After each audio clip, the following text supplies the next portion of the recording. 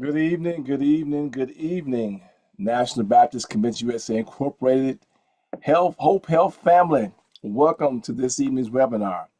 I am so pleased to be your host this evening. My name is Michael Miner, and I am humbled to be the National Director of the Hope Health Initiative. Look, what I want you to do is I'm doing now. I'm checking here so I can share on my social media posts. I've also texted a couple of people and let them know that it is TempleCare Matters webinar time. So do that and share, and we're excited about what we're going to share on this evening. And welcome to this March edition of our NBC USA Hope TempleCare Matters webinar. We greet you in the joy of Jesus, and thank you for joining us for this first Tuesday of March. We give a shout out to our national president, Dr. Boise Kimber, our chieftain, our leader. Together tonight, we gather once again to strengthen our churches, protect our communities, and walk together in faith, health, and service. So, what are we going to talk about tonight?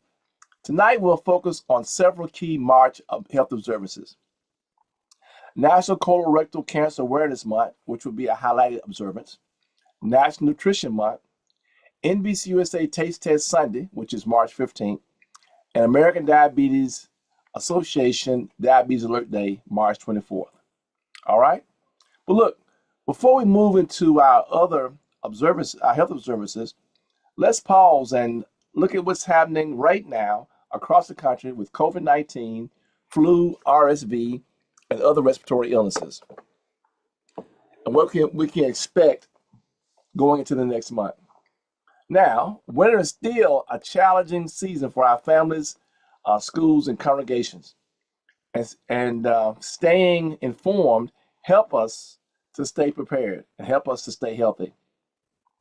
Over the past month, overall respiratory illnesses in the United States has been moderate, with flu and RSV still active and COVID-19 trending down, but not gone.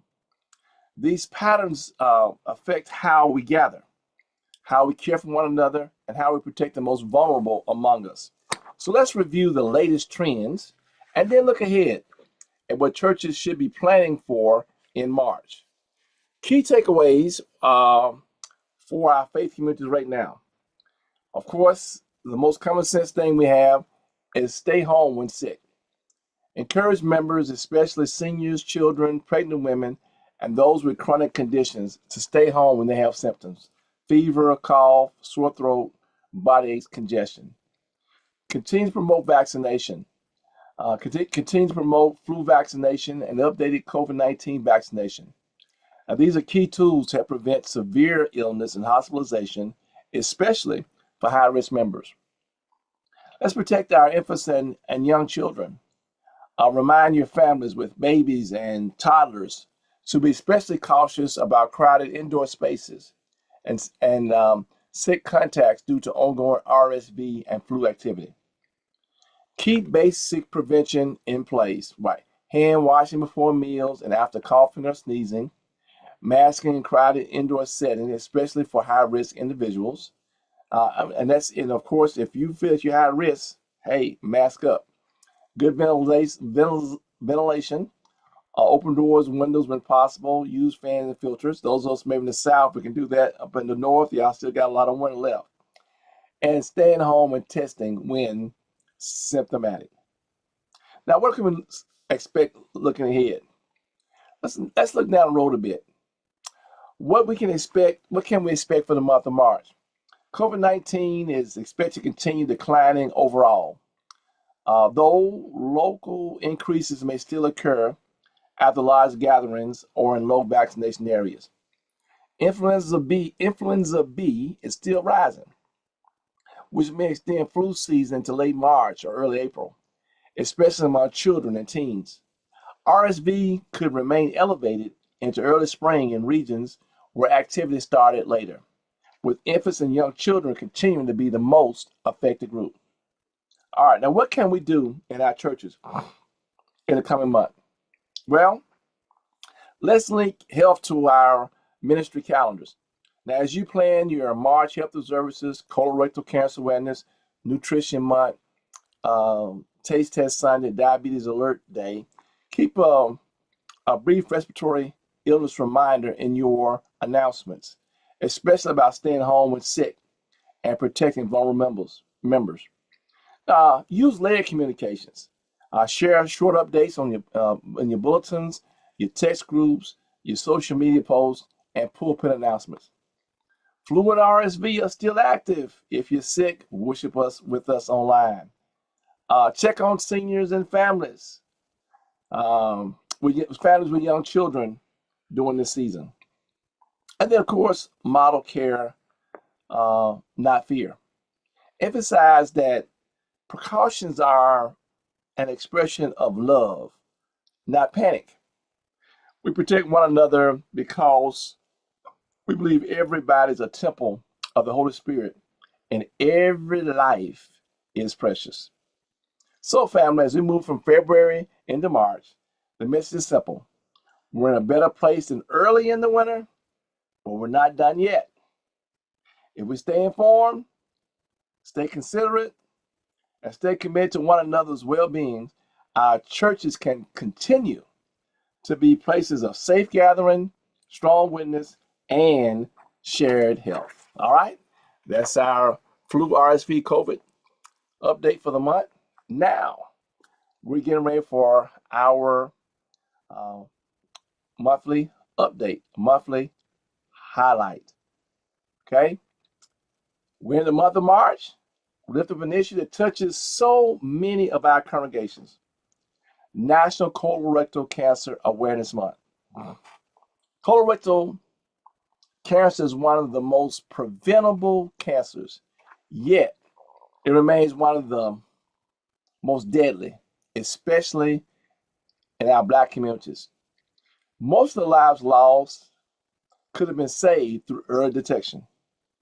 This disease often grows quietly without symptoms, but screening gives us a chance to catch it early, treat it early, and in many cases, prevent it altogether. That's why this conversation that we're about to have this evening matters. Not just for our health ministries, but for our families and our future. As a faith community, this is a stewardship issue. God has entrusted us with these bodies, and honoring that gift means protecting our health. Too many of our loved ones have been diagnosed late because of fear, misinformation, or simply not knowing when to start. Let me say this plainly. Colorectal cancer is also a justice issue. Black Americans are more likely to be diagnosed at later stages and more likely to die, not because our bodies are different, but because our access and awareness have been different. That's where our National Baptist churches come in. When pastors speak, when congregations normalize screening, we help close the gap. So tonight, let's think about our members who are 45 and older. Let's encourage them. Let's educate them. And let's commit to being a source of life-saving support. Now, our guest panelists that we had scheduled was unable to make it this evening. However, we do have a robust Q&A section that should answer most questions that you all have. Duke, if you will assist me with questions, I'll share the answers. Sure will. Before I begin with the questions, I want to share this disclaimer with everyone. The information shared in this colorectal cancer Q&A is for educational and awareness purposes only. It is not intended to provide medical diagnosis, treatment, or individualized clinical advice. Every person's health situation is unique, and screening decisions should always be made in consultation with a licensed healthcare professional who can evaluate personal risk factors, symptoms, and medical history. The guidance offered reflects general medical knowledge and current national screening recommendations, but it may not apply to every individual or circumstance. Members should members should speak with their primary care provider or a qualified specialist for questions about their own health screening options, or symptoms. The National Baptist Convention USA Incorporated, NBC USA Hope, and our Temple Care Matters webinar team do not assume responsibility or liability for any actions taken based on this discussion. Our overall goal is to equip congregations with trustworthy information that encourages informed conversations, early detection, and proactive stewardship of health. Now, Dr. Mauner, let's begin with the basics. Why is colorectal cancer screening so important, especially in the Black community? All right, dude, colorectal cancer almost always starts as small growths called polyps in the colon or the rectum. Screening allows us to find and remove these polyps before they turn to cancer, or to catch cancer in an early stage, highly treatable time. For Black communities, this is especially important because Black adults are more likely to be diagnosed at later stages and to die from colorectal cancer. Screening helps us close the gap by shifting us from late discovery to early prevention. Great answer. Many people still think screening starts at age 50. What is the current recommended age to beginning this screening, and who should start earlier? All right, good question. For most adults at average risk, the current recommendation is to begin regular colorectal cancer screening at age 45 and continue through at least age 75. Now, people with a high risk, such as those with a strong family history of colorectal cancer or certain generic conditions, may need to start earlier and be screened more often. Now, these decisions should be made in conversation with your healthcare provider. Oh, then now this question is a question that I hear about a lot of times just by sitting in doctors' offices. So some of the members are nervous about colonoscopies. What screening options are available and how do they compare? All right. Well, Duke, there are two main categories of screening tests: stool based tests and visual exams of the colon and the rectum. Stool tests are done at home and look for hidden blood or abnormal DNA in the stool. They must be repeated every 1 to 3 years. Visual exams include colonoscopies every 10 years, CT colonography every 5 years, or a sigmoidoscopy every 5 years. Colonoscopy is the most comprehensive because it allows the doctor to see the entire colon and remove polyps doing that very same procedure. But the best test is the one a person is willing and able to complete. To translate that, what that means, I know some people have a problem going under the local anesthesia and all this other things they want to talk about. Whatever you can do to ensure that you can prevent this disease, do that. For those who choose an at-home stool test, how reliable are those tests and how often they be repeated? All right, modern stool tests are quite sensitive at detecting blood or abnormal DNA linked to colorectal cancer, especially when they're done regularly. Um, the one of the tests they have are typically done once a year, while multi-target stool DNA tests are usually done every 3 years, as I said before. If any stool test is abnormal, it must be followed up by a colonoscopy to complete the screening process. So there's a question that just came on social media that I think is very important, especially with our community, our Black community. It is asks, what symptoms should adults never ignore, even if they feel otherwise healthy?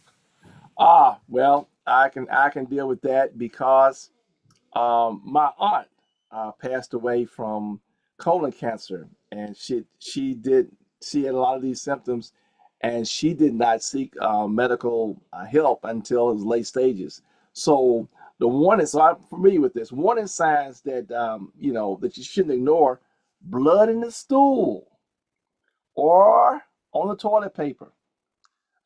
Persistent changes in your bowel habits, diarrhea, constipation, or narrow stools, unexplained weight loss, ongoing abdominal pain or cramping, and a feeling that the bowel just doesn't empty completely. You use the bathroom and still feel like you're full. These symptoms don't always mean cancer, but they deserve something. They deserve a prompt conversation with a healthcare provider at any age. Sadly, for my aunt, she was just hard headed and was concerned about everybody else, had many of these symptoms, and when she finally decided to go to the doctor, do go on to the next question. So when you talking about your aunt, that leads to another important question that we have. We hear a lot about family history. How does having a parent or a sibling with colorectal cancer change someone's risk? Yes. Having a first degree relative that's a parent, sibling, or child with colorectal cancer significantly increases a person's risk, especially if that relative was diagnosed before age 50. In those cases, screening often starts earlier than 45 and may be done more frequently. Family history is a key reason to talk with a healthcare professional about a personalized screening plan rather than relying on general guidelines. Many cancers have lifestyle risk factors. And what everyday habits increase colorectal cancer risk? And what changes can help lower it? Okay, well, risk increases with diets high in red and processed meats. Uh oh. Low physical activity. Uh oh again. Excess body weight. Uh oh. Smoking and heavy alcohol use. To lower risk, we encourage a diet rich in fruits, vegetables, and whole grains, regular physical activity, maintaining a healthy weight, avoiding tobacco, and limiting alcohol. Now, these changes don't replace screening, but they work together with screening to reduce both the chance of developing cancer and the chance of dying from it. Well, we know members of the National Baptist don't have any of those problems that you just listed. So maybe they can share with their communities about that because we know National Baptist does not have any of those problems. Ah, you're funny tonight, dude. Some people worry about the preparation for a colonoscopy. What should they expect and how can they make the process easier? All right, when I was able to have them, I can tell you about it. It says the prep usually involves a clear liquid diet the day before and drinking a prescribed solution to clean out the colon. The goal is to have the colon as clear as possible so the doctor can see and remove any polyps. Many people find the idea of prep worse than the actual experience and the procedure itself. Uh, you know, is typically under sedation. All right. So patients are comfortable and often don't even remember it. Planning ahead, taking the day off, staying near a bathroom, chilling the prep solution, and using flavor options can make the process more manageable. I see another question just came on social media, and this is a very, very good, great question. It says access is a real issue in our Uh, communities. What resources exist for people who are uninsured or underinsured but need screening? Okay, all right. That's something I can work with. All right, in many areas, there are programs that offer low cost or free screenings, including the little kits or the colonoscopies through the hospitals, federal qualified community test centers, state programs, or certain cancer coalitions. Some national and regional initiatives specifically target underserved communities to improve colorectal cancer screening rates.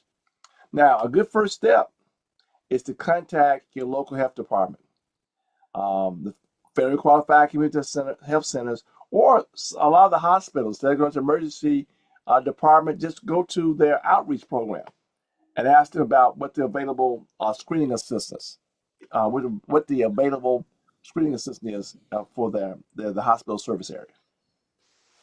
Oh, we know that there are many barriers when it comes to getting treatment. There's fear and embarrassment. But what do you say to someone who knows that they need screening but keeps putting it off? Look, I would look. Besides sharing the story about my aunt, I would say this: your life is worth more than a day of discomfort or embarrassment. Colorectal cancer is preventable and treatable when found early, but it can be deadly when found late. Screening is an act of self-care. Look what I said there, Duke. Self-care. Take care of yourself. And then that's an act of love for your family. And as a people of faith, it's an act of stewardship over the body that God has blessed us with.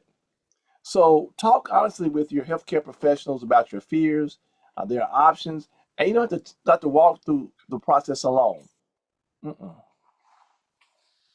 I'm glad you said that screening is an act of self care. So maybe people can start incorporating the screenings along with them going to get their hair done, the nails done, going to the barbershop, Hey, or and getting massages. yeah, that's all with it. Everyone that's on Zoom, put screening is an act of self care. All right, okay. Act Screening is an act of self self care. care. All right, type that in the chat. Screening is the act of self care. Screening is the act of. We want to make sure that that is, if you don't get anything else from tonight, know that screening is an act of self care. And those watching us on social media do the same thing. Yes. Okay. Worry about the externals. What about the internals on your way to the eternal? Exactly. Mhm. You preaching tonight, Dr. Miner. We might have to take up an offer for you. Hey, hey, what can I say? So that brings me to the next question. How can churches, pastors, health ministries, and congregations play a meaningful role in increasing screening rates? Well, the churches can normalize this conversation. And how they can do this is by including colorectal cancer awareness in their health days. That's why it's one of our days that we keep permanently on our suggested health services. I said something about it in the sermon, in the announcements that are made. People sharing testimonies and the membership of how they've been screened and they caught it early. Um, Hosting educational sessions with healthcare professionals, and just distributing information on when and how to get screened. Churches can also help members navigate logistics, transportation, appointment reminders, and support before and after procedures, especially if they come to find out there was some polyps and they're trying to figure out if they're cancerous or not. And when trusted faithfully to say, this matters for your life and your family, this matters for your life and your family, people will listen and act. This has been a great wealth of information. But as we close and as we observe the National Colorectal Cancer Awareness Month, what final message would you like to leave with our NBC USA family? Well, first, I'm going to thank the healthcare professionals giving me this information to share and school me. And I also, every time I talk about colorectal cancer, I always dedicate it to my aunt, the late Juanita Barnes, something very near to me as a family. But bring us all together. My final message is simple: don't wait. Don't wait. If you're 45 or older or younger with risk factors, talk to your doctor about getting screened. Colorectal cancer is one of the few cancers we can truly prevent or catch early with the tools that we already have. For Black communities, closing the screening gap is a matter of justice, love, and legacy. Taking this step today can mean more years of life, ministry, and family tomorrow.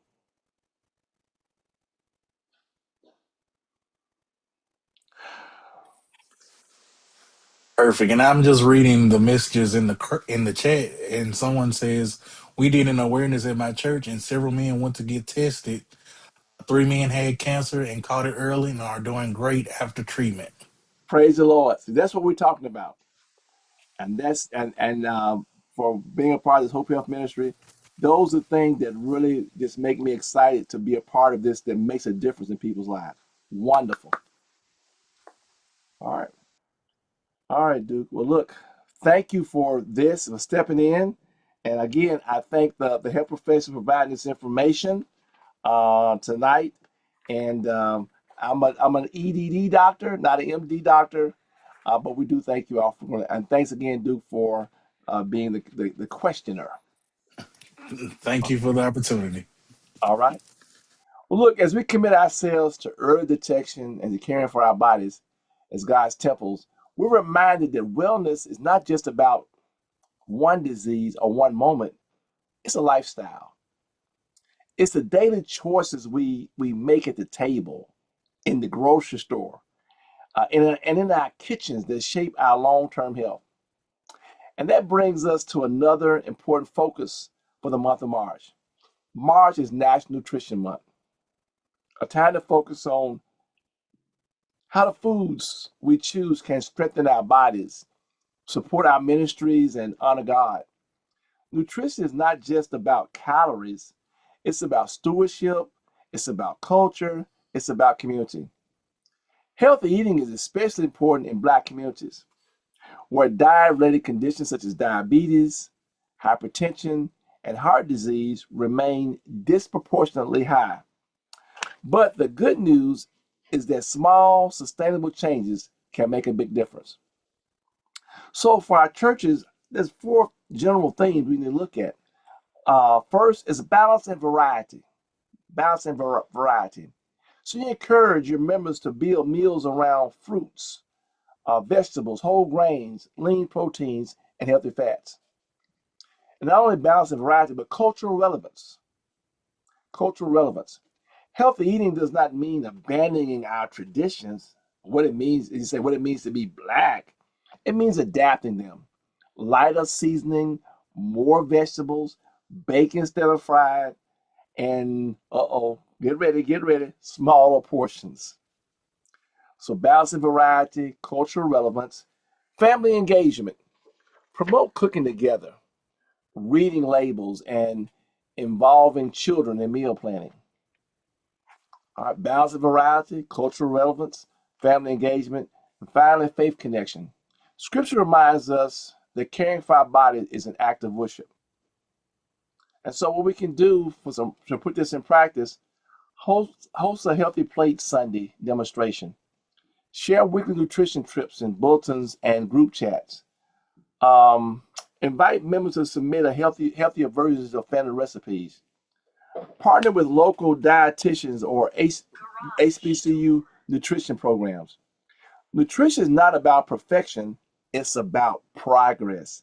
Every healthier choice is a step toward wellness, wholeness, and witness. Now, one of the most joyful March observances is NBC USA Taste Test Sunday, coming up on March 15th, the third Sunday.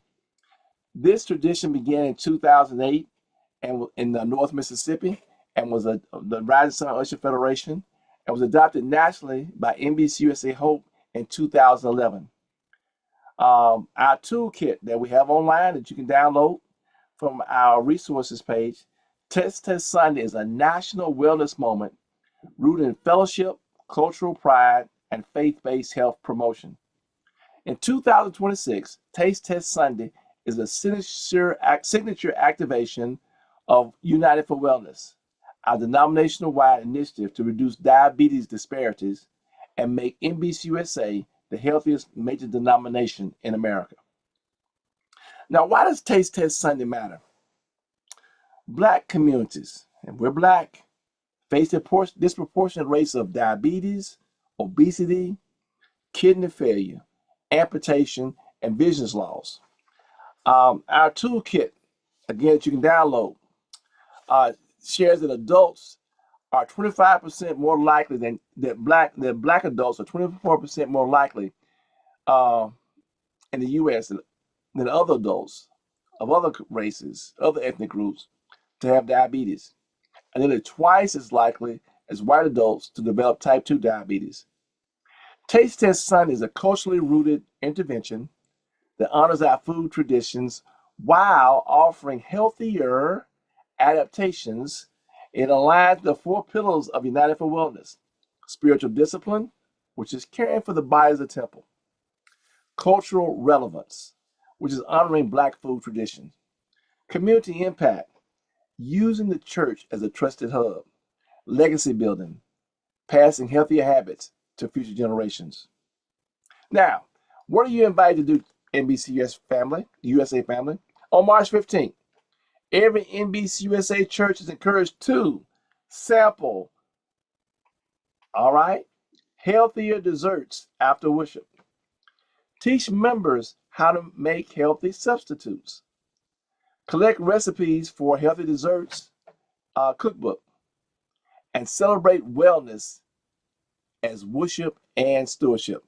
Now, in the toolkits, we got some ideas. Make a toolkit. It says healthier dessert tasting stations with scripture cards, a recipe swap wall, a live demonstration like soul food, sacred choices, youth-led TikTok and real challenges using our hashtags TTSNBC 2026, Taste Test Sunday in National Baptist Convention 2026, testimony moments, and a screenings corners for blood pressure, and if you have a health professional available, glucose.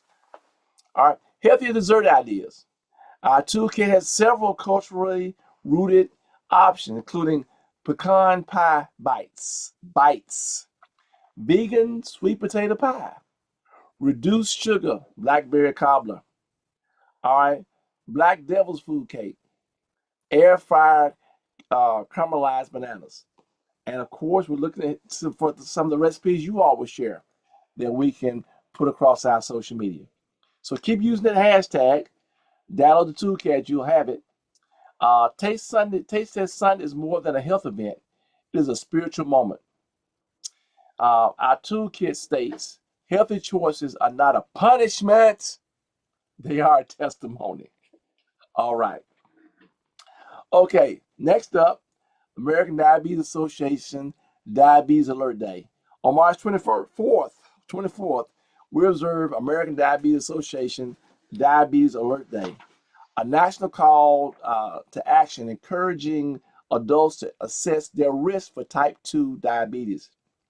This day is especially important for Black communities, where diabetes remains a leading cause of kidney failure, blindness, amputations, and early death. Diabetes Alert Day is an opportunity for churches to help members understand their risk factors, take preventive steps, and connect with screening resources. Many people living with prediabetes have no symptoms, but early action can prevent or delay the onset of type 2 diabetes. So, some key messaging. Know your numbers: blood pressure, glucose, BMI. All right, risk increases with age. All right, based your family history, inactivity, and of course, excess weight. Small, not huge, but small lifestyle um, changes.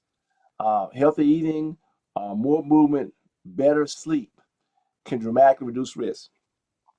Churches can hold screenings, share education materials, and encourage members to take um, the American Dietary Association's online risk test. Know your numbers before it's too late. All right. Now, before we wrap up tonight, I want to spotlight a special opportunity for our certified health ambassadors. This March, we're offering a three-part refresher training series designed to renew your skills, reconnect with fellow leaders, and re-energize ministry impact. Now, we're going to begin on Monday. That's March 9th. Then March 16th, March 23rd. They'll be from 5:30 to 8:30 Central Time via Zoom. Now, who should attend?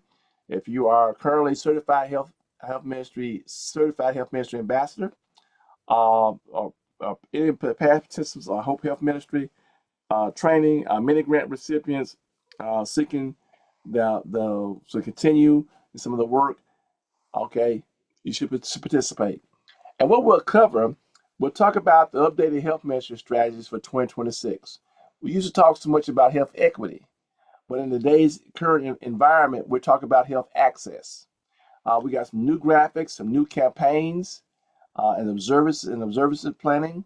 We want to hear from you all, some things that you're doing, and we want to make sure that what we're doing out in the field is aligned with some of the grant opportunities that are coming our way. Now, whether you trained last last year or 5 years ago, this refreshes your chance to recommit, and recharge your health ministry journey. Let's keep our ministries fresh. Let's keep our leaders equipped, and let's keep walking in wellness and wisdom together. Now, let's keep this momentum going. As we close out tonight's discussion, let's take one more look at our key March of services. Now, these are powerful opportunities for your health ministry to lead with love, learning, and life saving action. National Colorectal Cancer Awareness Month. Screening saves lives. Encourage members 45 and older to get tested and share survival stories to break the silence. National Nutrition Month. Promote healthy eating as an act of stewardship. Share tips, recipes, and host a Healthy Plate Sunday. All right, NBC USA Taste Test Sunday, March 15th. Celebrate healthy desserts that taste good and do good. And use a toolkit found on our Hope webpage resources tab and post your pictures with our hashtags TTSNBC 2026. American Diabetes Association Diabetes Alert Day, March 24th. Share the risk test. Encourage members to know their numbers. Early detection does something. It changes everything. Let's continue to move forward in faith, health, and service, one congregation, one campaign, one conversation at a time. Now, you can download the complete list of our health services from our website at hopenbc.com. Whew, we've covered a lot tonight. Now it's your turn. If you join us on Zoom, please type your questions in the chat or raise your virtual hand. For those tuning in via social media, Dr. Copper is monitoring comments and will take make sure your voice is heard. And let's take now a few moments to hear from you. All right, let's see what we got. All right, Duke, Dr. Copper, y'all are working with us here tonight. There's a question. Okay. Why is National Nutrition Month important for NBC USA churches? Um, all right, hold on as I'm doing that. Well, nutrition is a stewardship issue. I will keep putting that. Um, and many diet-related conditions, diabetes, hypertension, heart disease, they disproportionately affect Black communities. So National Nutrition Month helps us put focus on healthier eating as a spiritual and cultural practice. We have a hand raised from a Cecilia Golston. I'm gonna unmute her mic and she can ask her question at this Okay. time. Okay. Okay, are you able to hear me? Yes, we are. Okay, this is with the colorectal cancer awareness, and I wrote a poem. If you don't mind hearing it, it's short. All right. Make me It's, show it's it. relevant. Okay. All right. Sure. Okay, All right. it's not funny if your poop is green and runny. It's not right if it's pale, clay colored, or white. Don't even think about, hey, my poop is yellow, so I'm cool and everything is mellow. Red, now that's interesting, but not if there's blood in your lower intestine. We have heard and even said black is where it's at, but not if it's from bleeding in your upper intestinal tract.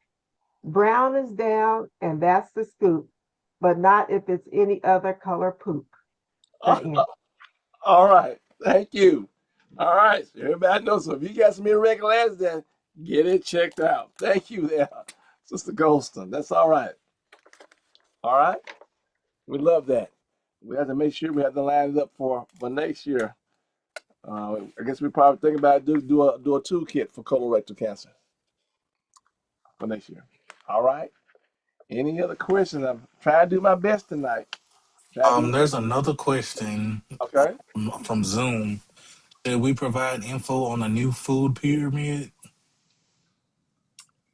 Uh, that's a work in progress. We're gonna make a note on that. You know, there's some issues with how the USDA and the HHS are dealing with um, all this stuff. Matter of fact, we want you all to know that if you look at our toolkits and things that we post, we no longer post anything from U.S. Department of Human Services, NIH, to CDC. So our expectation is that we're seeing universities, foundations, and others filling in that gap. So we fully expect some new information coming out soon. And as we try to do, I don't know if you noticed from our social media, we try to stay abreast of all the latest things. And as soon as we get it, we post it to our Facebook page. So we hope that that information will come out soon from one of those things, other than the federal government, and get it to you. Okay. Another question came about the Diabetes Alert Day. Why does it matter? Okay, good question. And some people ask why you put it on there. Well, the reason we did it because we figured it ties in with Nutrition Month, Taste Test Sunday. So really, what this day does on the 24th, it encourages us to assess our risk for type 2 diabetes. Now, many people have pre-diabetes and they have no symptoms. So early actions, knowing the numbers and making small lifestyle changes can prevent or delay diabetes. So it's just a chance for people just to say an alert, just give you an alert to get your house in order when it comes to that. Mhm. I'm checking the chat now, social media. What should health ambassadors expect from the March refresher training? A good question. So we talked about it in general, but we're going to a brave new world now when it comes to resource and things we have. This administration is different, the foundation is different. So we got some different updated strategies we have. We got some new graphics, some new campaign things we're doing. The United for Health, we're doing some new pilots we have out, some health observers. We got more toolkits we haven't had before. We have more people out in the field that have been out there for a while that are doing some things we want to hear from. We want to make sure that people that are applying for mini grants in their local communities, that they would have some basic tools that can help them better um, put together a better application, get a better chance of receiving funding. And really just a chance to update the skills that you have and reconnect with other health ambassadors. All And right. do you see Sister Vines wants the refresher course link. All right, we'll put that Duke will put that into the chat. We'll also have that on our webpage, and it will be on our social media page tomorrow. That you can sign up through Brushfire to have that. So sign up with the Brushfire, uh, so we can be all set for that. And Pastor Montgomery and I will be. Pastor Montgomery is our national director of training. We'll be leading that session. We are furiously finishing up our study guide for that, so that we can bring you the best information possible. We'll let you all know we will be trying to make this interactive as possible.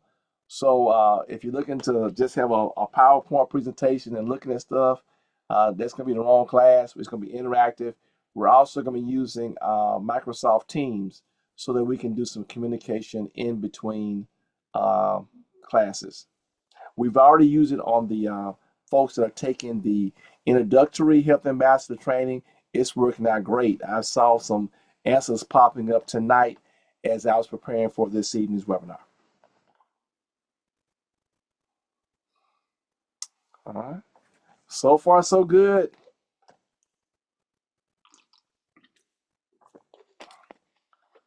All right. Anything else from anybody? One final question that I All have. right. All right. I guess somebody wants to pick your brain on this one. What is the key message Dr. Miner wants members to carry into March? Well, But you know what? I kept talking about something over and over again that it just kind of resonates with me. It's about lifestyle and ministry. Now, whether it's the screening, nutrition, diabetes prevention, or community care, every step we take about this lifestyle ministry, it strengthens our churches. And not only does it strengthen our churches, it honors God with our bodies. I think we often forget that God blessed us with them and we don't get a second chance. Let's do the best we can. So, wellness is a lifestyle and ministry. Thank you there, Duke. And I was kind of concerned tonight that maybe some things that we couldn't handle. But again, I thank God for those health professionals who provide us information and for the team for making sure that we're up to speed.